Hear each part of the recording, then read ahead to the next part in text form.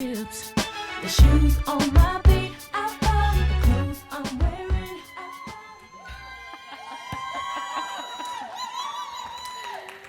Good morning.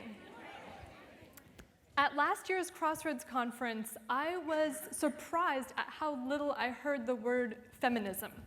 Feels like it should be a perfect fit for a women's conference, right? But there's something about that word feminism. It has a lot of baggage, doesn't it? I've always been a feminist, I think, but I've rarely called myself one. But even avoiding the word hasn't necessarily let me escape from the tangles of what people think that word means, or what I thought it meant. I went to Smith College, which is a liberal women's college in Massachusetts, and it's a place where feminism is on everyone's lips, at every meal and in every classroom. And the definitions of feminism I heard there ran the gamut from a free love kind of sexual liberation to an intersectional feminism that dealt with race and class. And then there was me just kind of living my life, knowing I was awesome. After I graduated from Smith, I moved to the Russian far north for a year to teach English. And in Russia, my roommate was this intelligent and very eccentric Polish teacher named Łukasz. When Łukasz came to Russia, he didn't even know the Russian alphabet. He just kind of spoke Polish with a Russian accent and hoped for the best. And the only thing worse than Łukasz's Russian was his English, so we spoke Russian. A typical exchange went something like this. I bought those things for us that we saw at the store. I don't know what they're called in Russian. What things? Is it a fruit? Yes, it's food. Fruit, fruit. Fruit. No, it's not a fruit. Is it cheese? No, it's not a cheese. Seafood. Oh, seafood. Yes, I know what you're talking about. I don't know the word in Russian either. But despite those language barriers, we talked about everything from the beginning. History, politics, religion, big ethical questions. And it turned out we disagreed on almost everything. I'm talking about some big hot button issues like abortion, gay marriage, total polar opposites.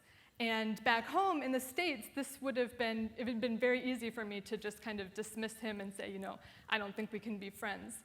But in Russia, in Russian, we were able to find common ground.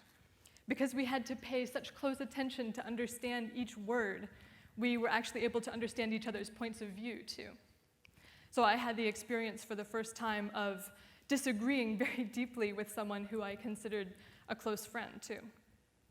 I remember the first week that we lived together, we went grocery shopping, which we did a lot of. At the end of our grocery trip, it was about a 20-minute walk back to the apartment. We had 8 or 10 bags of groceries, and Łukasz, being the Polish gentleman that he is, wanted to carry all of them. I thought this was ridiculous. Nyet! I am a liberal American woman. And so that was the running joke for us for the rest of the year. Ruth is a liberal American woman, and she's not going to stand for that nonsense. So I returned to America with a strong sense of myself and the deep confidence that comes with surviving the Russian winter. I didn't have a job. I was out of money. I had no idea what was coming next. But I knew whatever it was, I could handle it on my own. So of course, the first thing I did when I got back home was I fell madly in love with a person who is now my husband. This came as a complete shock to me. It wasn't the kind of thing I thought a liberal American woman should do. Once again, I had to strip away the baggage from those words like liberal, words like feminist. Somehow I had come to believe that marriage meant sacrificing the strength of your individuality, and that falling in love was for romantic fools. But then there was the reality that I felt in my bones that I wanted to be with this man. With Howard, who is now my husband, I learned to listen to what my heart and spirit were telling me. And I also learned that love isn't just lightheaded nonsense. Love is hard. Love is balance. I like to say that love is like a rope that 2 people hold.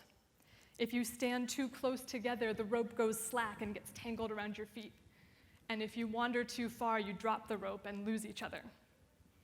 It may surprise you to hear that my husband and I disagree on a lot of things. Things like how to fold the laundry, or just how much chocolate is acceptable in one day. And some deeper stuff too, but we dig past those differences to a common set of values. We want our children to grow up independent and healthy. We want to travel. We want to make the world and each other better. In Russia, I was deconstructing definitions of other people, my preconceived notions of people who oppose gay marriage, for example.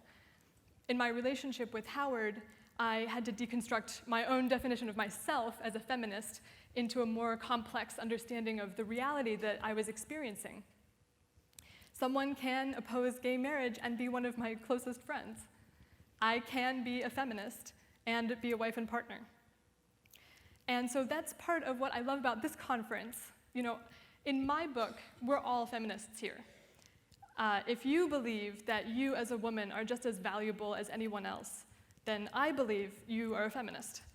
But you don't have to accept that definition. And you don't have to accept whatever internal definition is holding you back from being the nameless you that's underneath. Thank you.